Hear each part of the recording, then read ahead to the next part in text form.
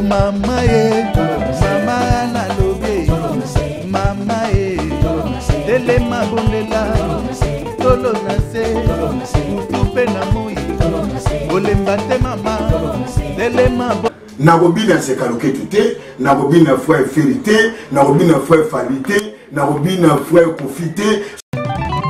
On ne peut pas servir deux maîtres à la fois. Sur ces âmes encore, on peut s'aider sur à la fois.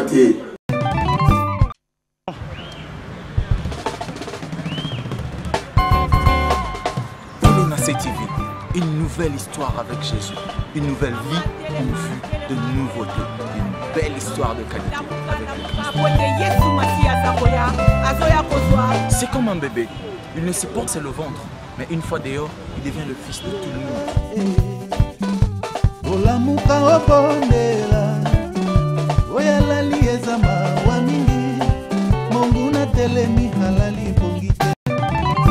Bonjour, shalom, fidèles téléspectateurs du www.Tolonacé TV. C'est un grand plaisir pour moi, le frère Jérémy, de vous présenter cette émission The Sanctuary. You are welcome in the world. Binova Tubolongaka, émission Oyo, The Sanctuary. Oza Awa, Yonde Oza de partout dans le monde entier.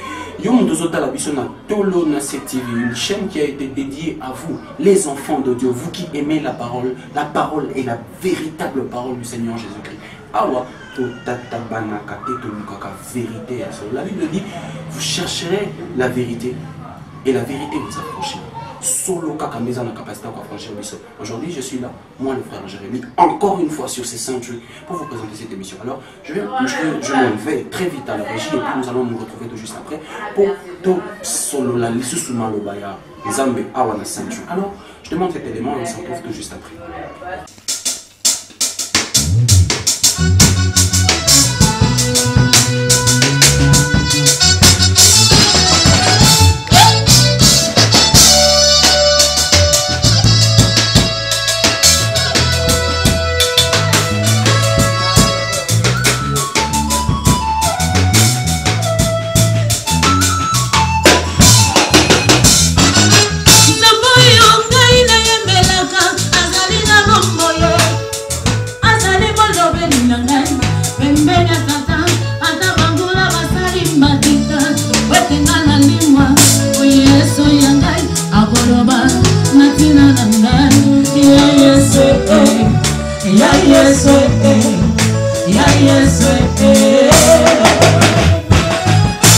Alors, je vous dis, soyez le bienvenu sur cette émission de Sanctuary. Bisika wapi na yambi mosali nzambe moko na kishasa biso tolingaka mingi tobengaka moto na bopolo moto akimia ye makambo akile bimaka na lolemo na ye kasi tondanga ye kimia présence. Bonjour, shalom. Bonjour, shalom. Toza na esengo enfin ya koyamba yo na émission na biso oyo tobengaka yango les sentinelles. Tozo kondima te boka toyambi yo lelo yo toza moko ya ba sentinelle oyo nzambe atili biso na kati ya l'église. Maloba no eza nini pour na émission?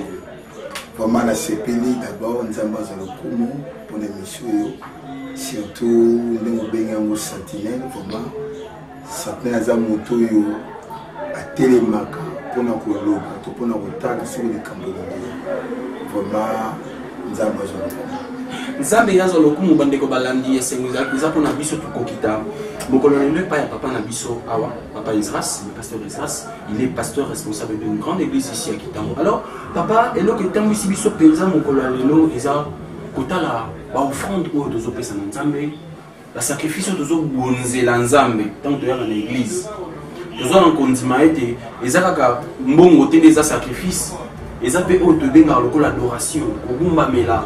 N'habité dans l'olingé ni pasteur, yo mon a offrande bana nyoso to le bani za match na motema.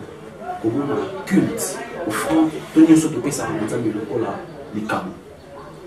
Na nyoso to pesa na nzambe lokola likabo, na lingi na pesa ba verset biblique pour appuyer makambo zoloba. Paul a dit ça ba romain, na zo lingi sabino à offrir vos corps comme un sacrifice vivant. Oui, vous savez qu'ils sont raisonnables, et vous savez qu'ils sont agréables, la mission qui peut offrir à Dieu, mais si vous avez des bons vous avez recouvert, donc c'est le mabé. Donc ils ont 5 ans, malgré tout, ils ont 100 000, mais corps n'abissent, âme n'abissent, esprit n'abissent. Il faut que vous ayez l'eau comme moko, avec un ensemble et à maman. Donc Paul ntango azobisa baromain azobisa bapayen te azobisa bana nzambe ke baofrir bamipesa lokola mbeka oyo ezali na bomoi. Vraiment nzambe nakoyebisa na bana nzambe ke ntango tozosalela nzambe ntango tozokoadore ye na lolenge nyonso akopesa esengeli para nzambe eza na kati, valeur ya nzambe eza na kati. Po nzambe abengi biso aza te ndenge bato bazokanisa. Nzambe abengi biso aza mosantu, azobenga biso tozala lokola ye nde kosalaki ofranda bana nzambe endimama epai na nzambe po kopesa epai na nzambe bamoni yango te. Donc ce que je pourrais dire c'est un peu ça. Alors mosali nzambe na contexte oyo tozwi ya liloba nzambe opesi lobi te, je vous exhorte ndenge l'apôtre Paul dit à offrir vos corps comme des sacrifices vivants. Sacrifice tout le monde nango kaka na volé ya eloko tozopesa nzambe nzoto ezotikala tout le monde nango na niveau ya tango ozopesa nzambe ozomipesa na yo moto. Est-ce que sacrifice eza na ba limite mpona moto? Sacrifice eza na limite te. Eloko babengi sacrifice. Est-ce que eza eloko moto azopesa na maboko azokabaloa chemise lokola pantalon ou bien eza moto ye tososola pena malamu mingi po tofandisa? Sacrifice eza nini? C'est donner ou faire quelque chose au-delà de tes efforts. Donc on a suki nanga awa. Mais le coup les autres ma sacrifice de na sali koleka makasi nanga. C'est ça qu'on appelle le sacrifice. Sacrifice eza ngo te pour na paix. Ozana $100 on peut se dire ouais c'est sacrifice. Sacrifice c'est faire au-delà de tes efforts, au-delà de tes moyens, au-delà de ta capacité na yo. C'est ce que Paul a dit dans la biso. Tombe pesa mbeka meza mbeko eza na bon moyi mbeka kokufa te pour lelo pe kufa eza nango ba place ebele kufa eza place ebele parce amipesi na mipesi mobimba te. Pasteur Ezras, est-ce que ça la mélago pe au fan une église ya bo yoki musique moko betu yoki pena frère wa solo frère na mso solo beta guitare wana abetelo moko eningisi yo hoteleni ele ka ndenge ne wana bina lokola Daudi penza kobina eza mabete foto binela nzambe toyembela nzambe mais tokobinela nzambe nini?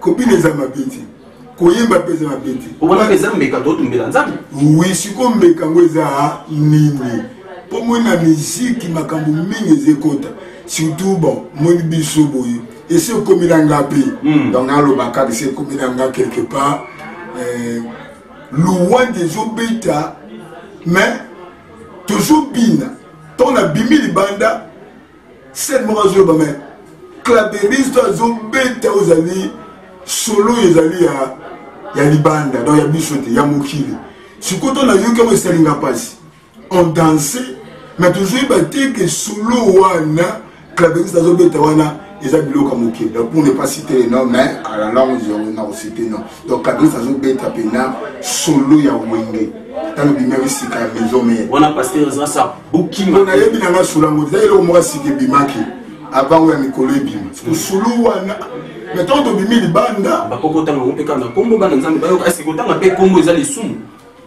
bon sulango ni na bosa ya mpoza le bon mobuto leka mais solo wa peza ko bini sabat parce que tant to bimi toi on va continuer ça sont des églises silien bakabeki ça bana beta bilo na bangwana parce que le banda c'est mort mais biloko azobeto penza ezali ya toza penza kofanda tofandisa mingi bamituna na biso na mobokani na nzambe papa kobinela nzambe koyembela nzambe totala nanu na kati ya ecclesia il faut ezala na bafondement lokola fondement nini oyo ekomami na kati ya makomi kobina to koyembela nzambe tozala nanu na kati ya ecclesia mosala ya nzambe alobi nazobinela nzambe na nga lelo nazotonda ye nazoyembela ye moboko nini to principe nini oyo ya kotya lobi te na kobinela nzambe na kolandisa eloko boye kolandisa eloko boye.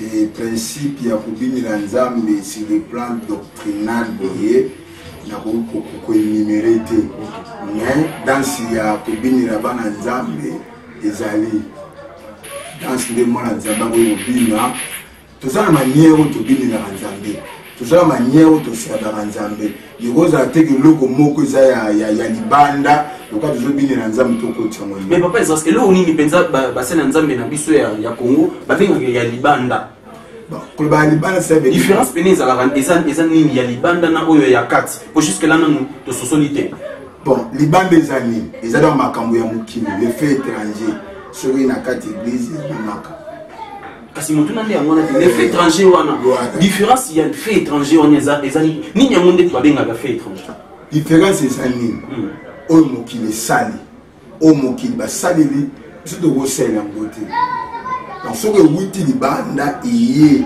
nanga komi moto mopaya là ça vient pour détruire donc tolongwe mena sikoyo na makambo nzambe abengelaki biso nde tokoti na makambo mosusu eza da dérapage eza déjà mwa libungi parce que bible eza clair vous aurez la différence ya nzambe na nzambe nzambe aza ni simple ya nzambe ezalaka ya mokili mpe ezalaka tokokima te même ici ils ont les mêmes guitares même ici ils ont les mêmes nini instrument nzambe ezalaka te instrument mokili ezalaka te bamême son bamême clé mais nous avons notre façon d'adorer les modèles il faut ezalaka tokobina tianga te lokwa bato bazobina non tobina tianga là-bas on danse avec des mini-jupes, là-bas on danse avec des collants.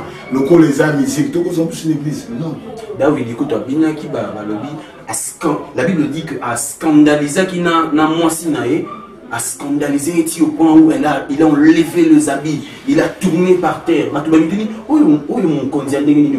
Papa Izras, kobini la nzambe pena ya solo to ko yembe la nzambe. Na ebité to kata mo pousse po nzamba sali mukie to bina ndenge sengeli te po to banga to zungisa bato papa to mo no lengeni bon dans tout ça il faut to bina mo na molimo to bina mo pena na musuni pe bona ebite ba mamunyo sa église le comme na molimo na campagne place aux amis le problème c'est quoi mon mutema moto ezaranja tema moto ezanzambe robina na yo mais conscience na yo ozobini loko pour nzambe tozobina mo pour nzambe te conscience moto tozobini loko pour nazokanse loko mona ikuna on azobina na o azobini la nzambe conscience na ye pe nzambe azobina non o azobini la ne ngate tabi que o azobini la ngai mais loko nazobandela kozongela nous avons notre façon de faire les choses chose abana nzambe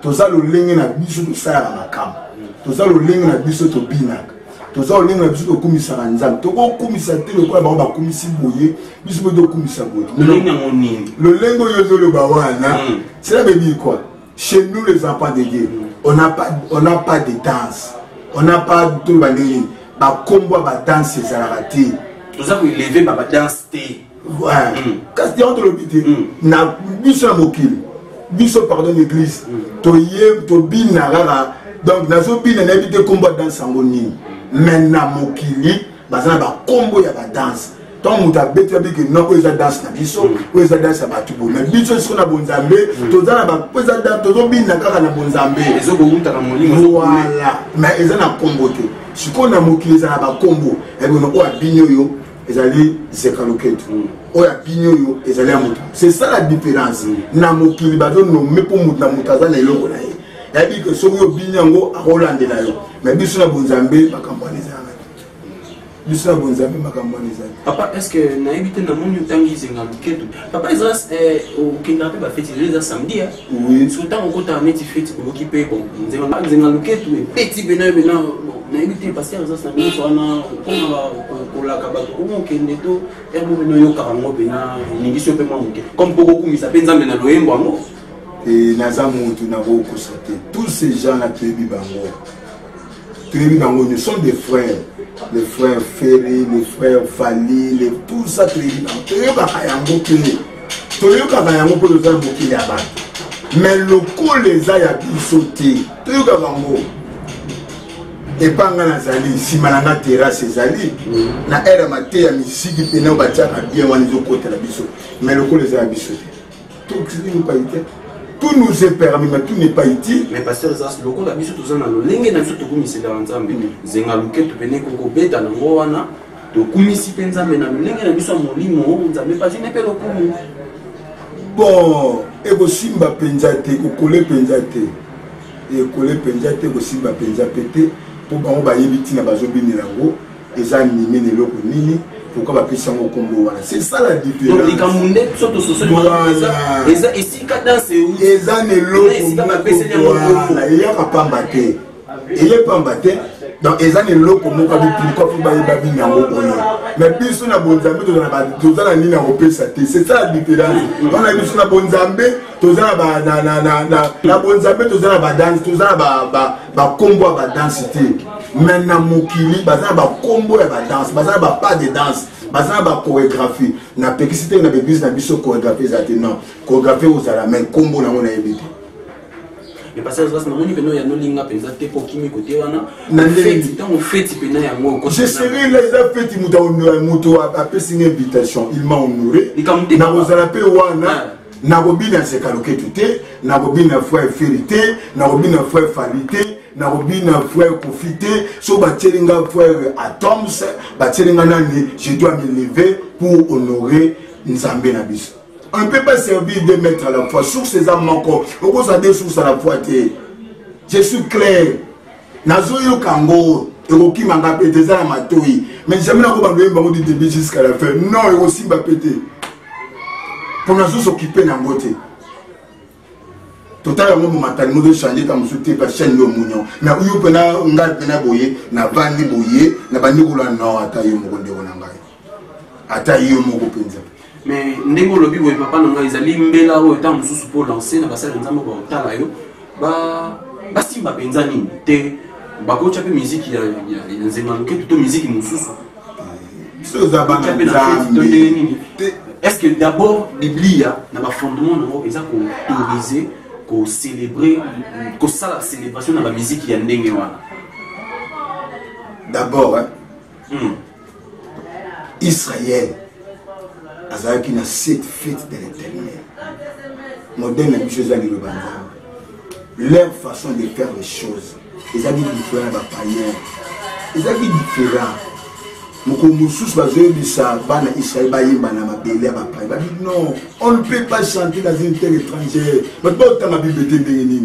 Baby si bango yimba babi non to ko yimba tina mabele abapaya ba yebi adoration baby ko kuma mela ezali pona na terre sainte na Jérusalem babi bon ils appellent zemo ba yimba na ba chorale sur les bords des fleuves de Babylone nos ennemis parce qu'ils absombent ba senga biso to yimba mais to bitu ko yimba te pour to vanda tina mabele abapaya mabele abapaya yimba ndini adoration louange pour la biso bana nzambe to pesa nzambe. Déjà, nous sommes presque à la fin de cette émission, mais tout ce qui a été tourné, tu as dit sur nos zindo, il y a maluba, oh, tu as dit zindo, na thème, oh, tu as fait na malam, na papa Israël, na permission, na yo, bien sûr, tu as fait na pena, tu vas na century, na biso, tu as fait na chrétien, tu as fait na poto sur la malam, papa, de quoi tu as commis que chuter, tu as mis que sur la na yo, tu as fait mon mot, na solo, bananza, mais baye, babisika, bazal, le samedi, yo, au Canada, on souffle, tibo, hey, comme yo, tu as fait le baki. Papa, malobombo kayo, auto chité na mokolane. Bon, pour la chité ndongo lobi, il faut ba émission yo ezala ebele. Ezala taba 4 séances, 5 séances, to puiser to 6. Donc cela veut dire quoi? Biso bana nzambe, toza le lingi na biso ya kosela makam. Nous avons les modèles. Il y aura de nouveau la différence. Voilà, nous avons les modèles. Tokolanda te po bamba lobiti, nous avons les modèles. Donc bana nzambe ozala faut à la prudent comme le serpent. Donc il y a un Nzambe sala, il y a un Nzambe té, kusalate, donc il faut canaliser les sentiments à biso. Mon musique, il y a le cambo, il y a une saranjout, parce que pour orienter sentiments à yo et aux amala moment. Tant que moi Nzambe, garder l'identité là yo. Pour na cité, Bible zoloba, pour la zoloba boy na Timothée, na katanda ba vase za rebelle. Na katanda ma vase ya rebelle, ma vase ya mabele zali, ma vase ya porcelaine zali, ma vase d'or. Donc na mutu awe ba nina ko se conserver. Donc na kata bana nzambe pe to za bongo. So nous ano kopo ba brosser la ka et c'est un problème fait. So pour nous ala kopo yo za na nini kuna, so pour nous ala kopo ina vitrine, so on pa yaye et ça kayo. Donc comme conseil yango wana to za bana nzambe na ba vase est différent. Paris non bêta, c'était Canada non bêta, c'était non Sabino ciao pour se retrouver tout juste tout à l'heure. Alors je vous dis bisous.